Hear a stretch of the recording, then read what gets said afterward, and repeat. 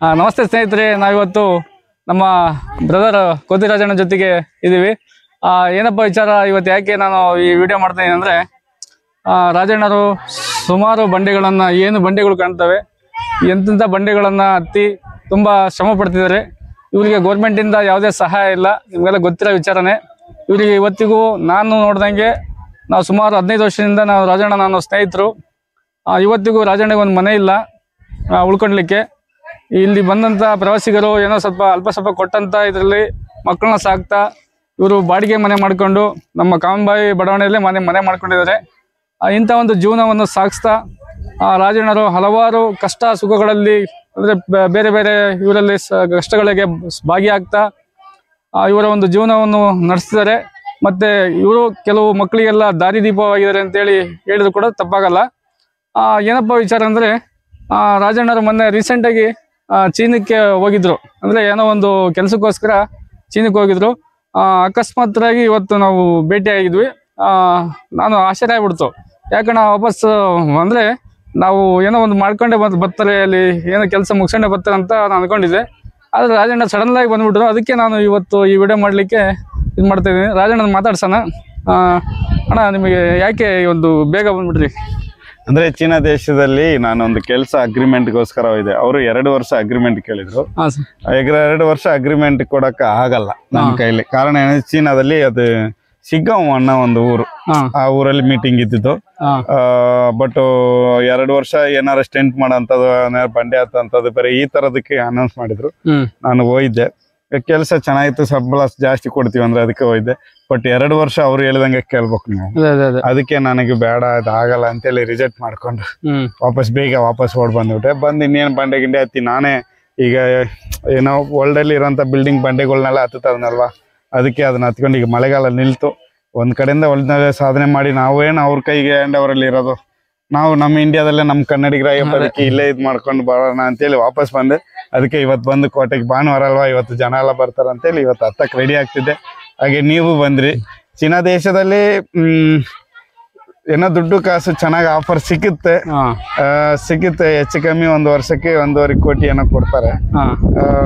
But ನನಗೆ ಯಾಕೋ ಅದು ಅವ್ರು ನನಗೆ ತಿಂಗಳ 8.5 ಲಕ್ಷ ಕೊಡ್ತೀವಿ ಅಂದ್ರು. ಬಟ್ ನಮ್ಮ ಇಂಡಿಯನ್ ಮನಿ ಪ್ರಕಾರ ಅಂದ್ರೆ ನಿಮಗೆ ಒಂದ್ ವೇಳೆ ಅಲ್ಲಿ ಅಮೌಂಟ್ ಎಲ್ಲ ಇದಾಗಿ ನೀವು ಹೋಗ್ಬೇಕು ಅಂದ್ರೆ ಅಲ್ಲಿ ಜೀವನ ಕಟ್ಕೊಳ್ಲಿಕ್ಕೆ ನೀವು ತಯಾರಿದ್ರಣ? ಇಲ್ಲ, ನಾನು ಕನ್ನಡಿಗ ನಾಯಿ ಸಾಯ್ಬೇಕು. ಉಪವಾಸಿದ್ದ ಊಟ ಹಾಕಿದ್ದು ಕರ್ನಾಟಕ, ನಾನು ಕನ್ನಡಿಗ ನಾಯಿ ಸಾಯ್ಬೇಕಲ್ವಾ.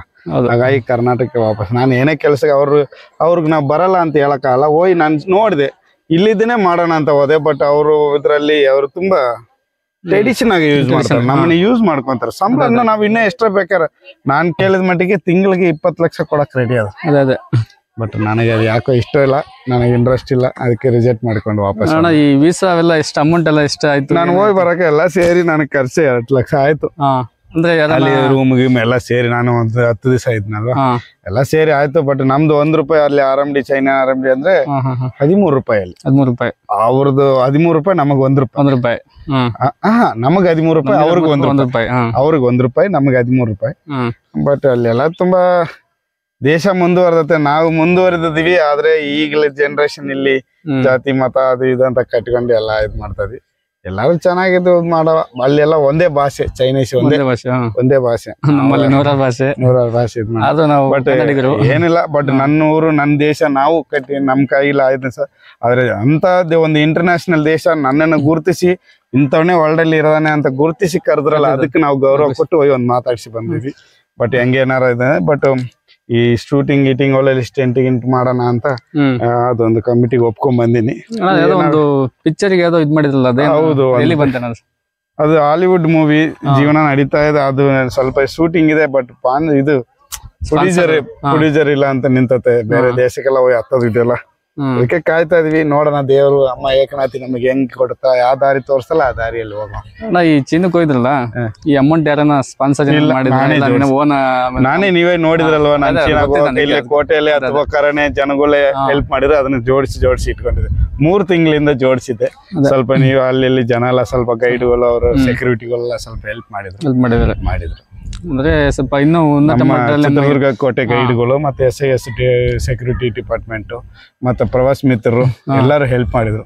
ಅವರೇ ಎಲ್ಲ ಸೇರಿ ಎಲ್ಲರೂ ಸೇರಿ ಅವರೇ 35,000 ಕೊಟ್ರು. ಅಂದ್ರೆ ಹೋಗ್ಲಿಕ್ಕೆ ಒಂದು ಸಣ್ಣದಾದ ಒಂದು ಅವ್ರು ಹೆಲ್ಪ್ ಮಾಡಿದ್ರೆ ನಾನು ಏನಾರು ಬಟ್ ಕೆಲ್ಸಕ್ಕೆ ಅಗ್ರಿಮೆಂಟ್ಗೆ ಅಂತ ಹೋಯ್ದಲ್ವಾ, ಹಂಗಾಗಿ ಬಟ್ ಏನೇ ಇದ್ರು ಇಲ್ಲಿಂದನೇ ಮಾಡೋಣ ಅಂತ ಒಪ್ಕೊಂಡು ಅದೇ ಅವ್ರ ಕೈಯಲ್ಲಿ ಇದ್ದು ನಾವು ಮಾಡೋಕ್ಕಾಗಲ್ಲ. ಅದಕ್ಕೆ ಈಗ ಪ್ರೆಸೆಂಟ್ ಎಷ್ಟು ನಮ್ಮ ಮಕ್ಕಳು ನಿಮ್ಮ ಜೊತೆಲಿ ಈಗ ಇದಾರೆ? ಈಗ 13 ಜನ ಟ್ರೈನಿಂಗ್ ಅಲ್ಲಿ ಈಗ 13 ಜನ ಇದ್ರು. ಬಟ್ ನಾನು ಮುಂಚೆ ತರ ಹುಡುಗರಿಗೆ ಜಾಸ್ತಿ ರೆಡಿ ಮಾಡ್ತಿಲ್ಲ, ಯಾಕಂದ್ರೆ ಹುಡುಗರೆಲ್ಲ ಮಿಲಿಟರಿ ಪೊಲೀಸ್ಗಳು. ಈಗ ನಾನು ಕೈ ಕಾಲೆಲ್ಲ ಮುರಿದ ಮೇಲೆ ಸ್ವಲ್ಪ ಈಗ ಜೋಡಿಸಿ ನಾನೊಂದು ಸ್ಕೂಲ್ ಕಟ್ಬೇಕು, ಅದಕ್ಕೆ ದುಡ್ಡು ಅಮೌಂಟ್. ಅದಕ್ಕೆ ನಾನು ಈ ವರ್ಲ್ಡ್ ಅಲ್ಲಿ ಇರೋಂಥ ಬಿಲ್ಡಿಂಗ್ ಬಂಡೆ ಎಲ್ಲ ಹಚ್ಕೊಂತ ಬರ್ತಾ ಇದೀನಿ. ಅದರಲ್ಲಿ ಬರೋಂಥ ದುಡ್ಡನ್ನ ಒಂದು 2 ಎಕರೆ ಜಾಗ ತಗೊಂಡು ಒಂದು ಕ್ಲಾಸ್ ಕಟ್ಟು, ಅವಾಗ ಹೇಳ್ಕೊಳ್ಳೋಣ. ಅಲ್ಲಿವರೆಗೆ ಹುಡುಗರು ಸಾಕಿದ್ರೆ ನಾನು ಹುಡುಗರು ಸಾಕಕ್ಕೆ ಖರ್ಚಾಗುತ್ತಲ್ಲ, ಅದಕ್ಕೋಸ್ಕರ ನಮ್ಮ ಒಂದು ಕಾಲ ಮೇಲೆ ನಮಗೆ ನಿಲ್ಲಿಕ್ಕೆ ಒಂದು ಇದಿಲ್ಲ. ಹೌದು, ಹಾಗಾಗಿ ಮಕ್ಕಳನ್ನ ಒಂದು ಏನಾದ್ರು ಒಂದು ಸ್ಪಾನ್ಸರ್ ಆತರ ಸಿಕ್ಕಾಗ ನೋಡೋಣ. ಅದಕ್ಕೆ ಈ ಸ್ಪಾನ್ಸರ್ ಸಿಗೋದಕ್ಕಿಂತ ಎಲ್ಲಾ ಸ್ಪಾನ್ಸರ್ ಅಗ್ರಿಮೆಂಟ್ ಕೇಳ್ತಾರೆ, ಅದಕ್ಕೆ ನಾವೇ ದುಡ್ಕೊಳ್ಳೋದೇ ಬೇಕು. ಸ್ವಲ್ಪ ಲೇಟ್ ಆದ್ರೂ ಪರವಾಗಿಲ್ಲ, ಹುಡುಗರೆಲ್ಲ ಏನೋ ಸೆಟ್ಲ್ ಆದ್ರ ಲೈಫ್ ಅಲ್ಲಿ. ಈಗ ನಾನು ಏನೋ ಒಂದ್ ಮಾಡ್ತಾ ಇದೀನಿ, ಸ್ವಲ್ಪ ದಿನ ಹಂಗೆ ಈ ಪಟ್ಟಿಗೆ ವಿಡಿಯೋ ನೋಡ್ತಾ ಇರ್ತಾರಲ್ಲ, ನಾನು ಅಪ್ಲೋಡ್ ಮಾಡೋದು ನೀವು, ಅವಾಗ ಎಲ್ಲ ಒಂದೊಂದೇ ಮಾಡ್ತೀನಿ. ಸ್ನೇಹಿತರೆ, ನಮ್ಮ ರಾಜಣ್ಣಂದು ಕತೆ ಕೇಳಿದ್ರಲ್ಲ, ನಿಮಗೆ ಏನಾದರೂ ಹೆಲ್ಪ್ ಮಾಡ್ಬೇಕನ್ಸಿದ್ರೆ ಇವರ ಒಂದು ನಂಬರ್ನ ನನ್ನ ಡಿಸ್ಕ್ರಿಪ್ಷನ್ ಬಾಕ್ಸಲ್ಲಿ ಹಾಕಿರ್ತೀನಿ. ನೀವು ಕೂಡ ಸಹಾಯ ಮಾಡಿ ನಿಮ್ಮ ಕೈಲಿ ಆದಷ್ಟು. ಯಾಕಂದ್ರೆ ಮಾಡಿ ಮಾತಾಡ್ಬೋದು, ಮತ್ತೆ ನೀವು ಎನಿ ಟೈಮಲ್ಲಿ ರಾಜಣ್ಣ ಶನಿವಾರ ಭಾನುವಾರ ನಿಮಗೋಸ್ಕರನೇ ಈ ಕೋಟೆ ಒಳಗಡೆ ಹತ್ಲಿಕ್ಕಂತಲೇ ನಿಮ್ಗೆ ಬರ್ತಾರೆ. ಅಂದ್ರೆ ಎಲ್ಲೇ ಹೋದ್ರು ಕೂಡ ಅವರು ಶನಿವಾರ ಭಾನುವಾರ ಮಾತ್ರ ನಮ್ಮ ಟೂರಿಸ್ಟಿಗೆ ಖುಷಿ ಪಡಿಸೋಸ್ಕರನೇ ಈ ಒಂದು ಇಲ್ಲಿ ಇರ್ತಾರೆ ಪ್ರೆಸೆಂಟ್ ಆಗಿ. ನನ್ನ ಡಿಸ್ಕ್ರಿಪ್ಷನ್ ಬಾಕ್ಸಲ್ಲಿ ನಂಬರ್ ಕೂಡ ಹಾಕಿರ್ತೀನಿ, ನೀವು ಬೇಕಾದರೆ ಇವರಿಗೆ ಫೋನ್ ಕೂಡ ನೀವು ಮಾಡ್ಬೋದು. ಸ್ನೇಹಿತರೆ, ಏನಂದರೆ ರಾಜಣ್ಣರು ಚೀನಾದಿಂದ ನೆನ್ನೆ ಬಂದಿದ್ದಾರೆ. ಅದ್ರ ಮಧ್ಯೆ ಕೂಡ ಅವರಿಗೆ ಸುಸ್ತಾಗಿದ್ರು ಕೂಡ ಈ ಟೂರಿಸ್ಟ್ಗೋಸ್ಕರ ಇವತ್ತು ನಾನು ಹತ್ತಲೇಬೇಕಂತೇಳಿ ಒಂದು ತಯಾರಿ ಮಾಡ್ತಿದ್ದಾರೆ. ಈಗ ಮೇಲೆ ಹತ್ತಕ್ಕಂಥ ಒಂದು ದೃಶ್ಯವನ್ನು ಕೂಡ ನಿಮಗೆ ತೋರಿಸ್ತಕ್ಕಂಥ ಪ್ರಯತ್ನ ಮಾಡ್ತೀನಿ, ಬನ್ನಿ.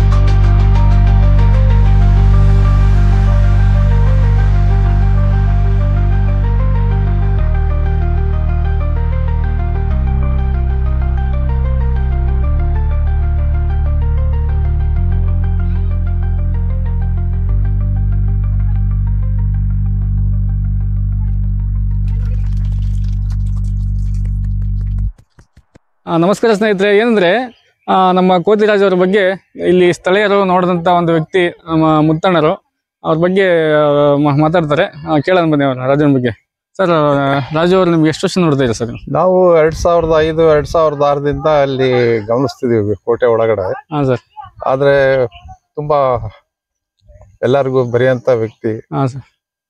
ಬಂದಂತ ಪ್ರವಾಸಿಗರು ಬಹಳ ಇಷ್ಟ ಪಡ್ತಾರೆ, ಕೋಟೆ ಹತ್ತೋದು ಇಳಿಯೋದು ಇದನ್ನೆಲ್ಲ ಮಾಡ್ತಿರ್ತಾರೆ. ಹಾಂ ಸರ್.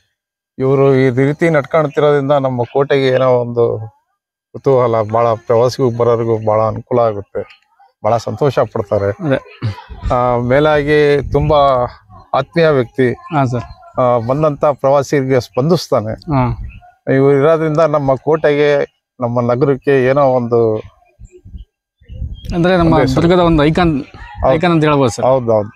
ಅಂದ್ರೆ ಅಷ್ಟು ಐಡೆಂಟಿಫೈ ಆಗಿದ್ದಾರೆ ರಾಜು ಅವರು, ನಮ್ಮ ಕೋಟೆ ರಾಜು ಅಂತಾನೆ ಬಿಂಬಿಸಿದ್ದಾರೆ. ಅಂದ್ರೆ ಪ್ರವಾಸಿಗರು ಅವ್ರನ್ನ ಕೇಳ್ಕೊಂಡ್ ಬರ್ತಾ ಇರ್ತಾರೆ. ಹೌದು ಹೌದು ಅಲ್ವಾ? ಹೌದು. ಹಂಗಾಗಿ ನಮ್ಮ ಕೋಟೆಗೆ ಒಂದು ಹೆಸರು. ಹೌದು.